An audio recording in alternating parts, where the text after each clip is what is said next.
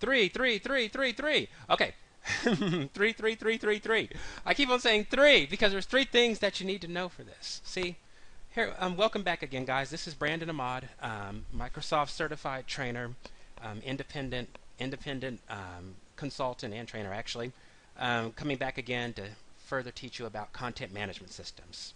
And one of the big things I want you guys to understand real fast is, we've now talked about what a content management system is in that first lecture, one place where you can share all the information. But what we really want to understand, guys, and just put that over there, is what we really understand is what's the methodology behind the tool. See, before we dive into SharePoint, we need to understand that what three things should we look for in a CMS. So right off the bat, let me tell you, whenever you make your decision for a CMS system, you need to make sure that that CMS system, CMS content management system that is, involves three things. And these three things need to be there. There is no exception or whatever else. If it's a content management system, it needs to have these in it. If it doesn't have it and you choose to implement it for your organization, you're going to end up spending money or having to buy something else. So three things that we have to be aware of on a CMS is what I'm going to call this. And let's cover those three things right now so that we understand them. Now, of course, this is high level. And it has to be high level at this point because we're introducing things. But it's better than no level, which is oftentimes what I see. So three things that we must have in a content management system. For those of you who are taking Microsoft courses, unfortunately, this is not taught in the official courseware. That being said, though, I always introduce it in my courses, so I don't know. Other instructors may also. So here we go. We've got three things that we must have in a content management system. Three things. And you always want to make sure that they're going to be there. You want to make sure that they're always checked, and you want to be aware of these things. Okay. Number one, and our very first thing. Number one, the very first thing that we've got to have over here, right, is we've got to have some sort of way to be able to get data. See, we've got one place where we can access our data, right? That one place may or may not store the data, but it's going to at least be one place where we can turn around and actually get data. Well, if we've got one place where we can actually get data, then we've got to think to ourselves, what's the very first function that we worry about whenever we start to implement a CMS system? Collection. Collection's the very first thing that we're going to worry about. In fact, what we call this typically is thing number one, or important. Part one. Collection. How do we actually get the data? Or how do we go about defining how we're going to get the data, right? In other words, what things must happen before a piece of content is ready for us to consume? That's how you can think of this way. So what sort of processes must happen before we are ready to consume a piece of data? Consuming a piece of data, for those of you who are brand new,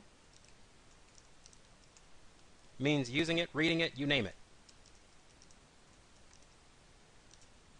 Finding some use is even a nicer way to put it. See, there's certain sorts of decisions we have to make. For example, if you had a content management system that was being used in your organization, would you want people loading pictures of their vacuum sweepers or whatever else if that's not your core company?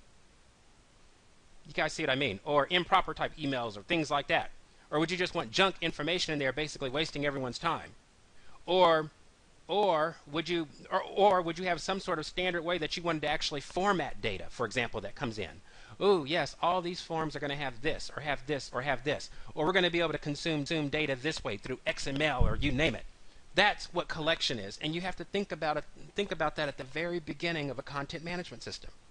Now, let me tell you this, no matter what tool you use, and this is very, very true, you must define your collection processes. Let me explain that.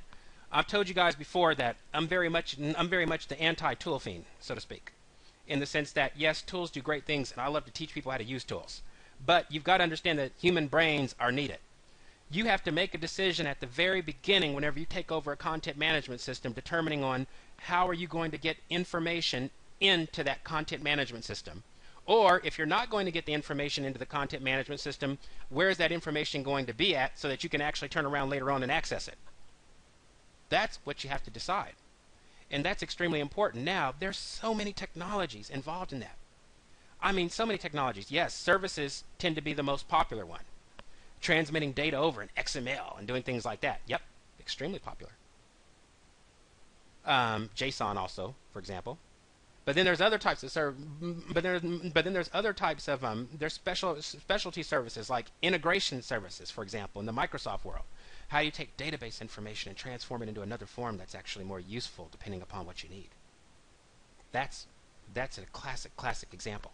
So the very first thing over here is stop, make the decision. How are we going to get information in there?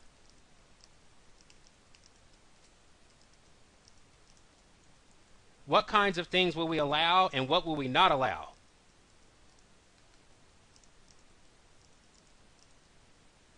If this step isn't done, which many companies forget to do, you can pretty much bet on that content management system being built incorrectly. It's that critical of a function. So whenever you go back, you always think to yourself right off the bat, listen, I have a collection system that I'm thinking about now, okay? How do I collect data? I'm thinking to myself right now, how am I going to take data and, for example, how am I going to do things like, I don't know, create new data from scratch for the system? How am I going to do things like gather data from existing places, maybe an existing database, maybe from an existing file share, maybe from someone's computer, I don't know. It depends on if the data is useful or not. See, the only definition in a CMS over here that we have to think about is one place where we can share all of our data. We said nothing about whether or not the data has to come from here, here, here, or here. We said one place where we can share data. It's collection where we turn around and define that data must come from here, here, here, and here. You got to think about how you're going to convert data. Not all data is ready to be consumed for your CMS system. Remember that when you put something in CMS, you're saying that you want people in the organization to be able to access that data for important goals and for important business uses.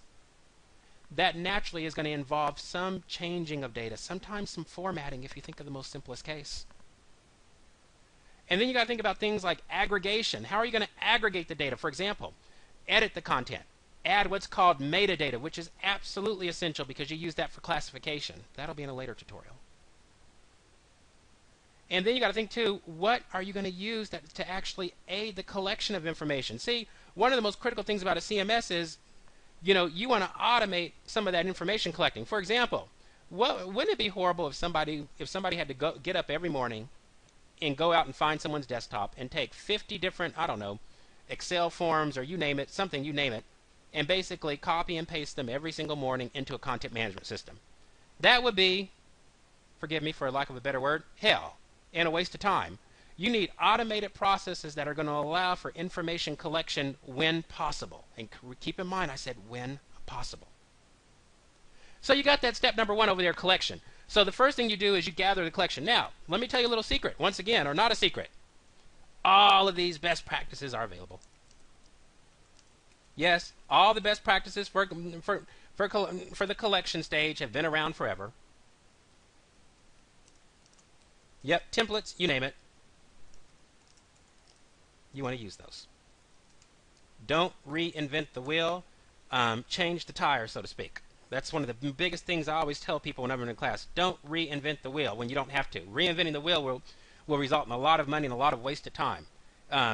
Change the tire. Take the existing methodologies and modify them essentially to meet your own organizational needs. Okay, so we got collection over here, part number one. Let's come over to the next stage. So we had collection coming up next, but once we've got the data collected now, we have to think about something, right? And what we have to think about is, okay, our CMS allows us to access data, right? But believe it or not, one of the things it can also do is store data. It doesn't have to store all data, but it can. It can. There can be big advantages to storing data in one central place, like speed, optimization, lack of dependencies. For example, if some system just doesn't work and you need to take it over inside your CMS, you name it. The system where we store all of the data or whatever else, or where we actually store the data essentially, is known as the repository, it's known as the management system, which involves the repository that I'll explain in just a second. So in stage number two, the second thing you need to think about, so for stage one, we begin to define collection. And that's just the way that we actually, the way that we get data.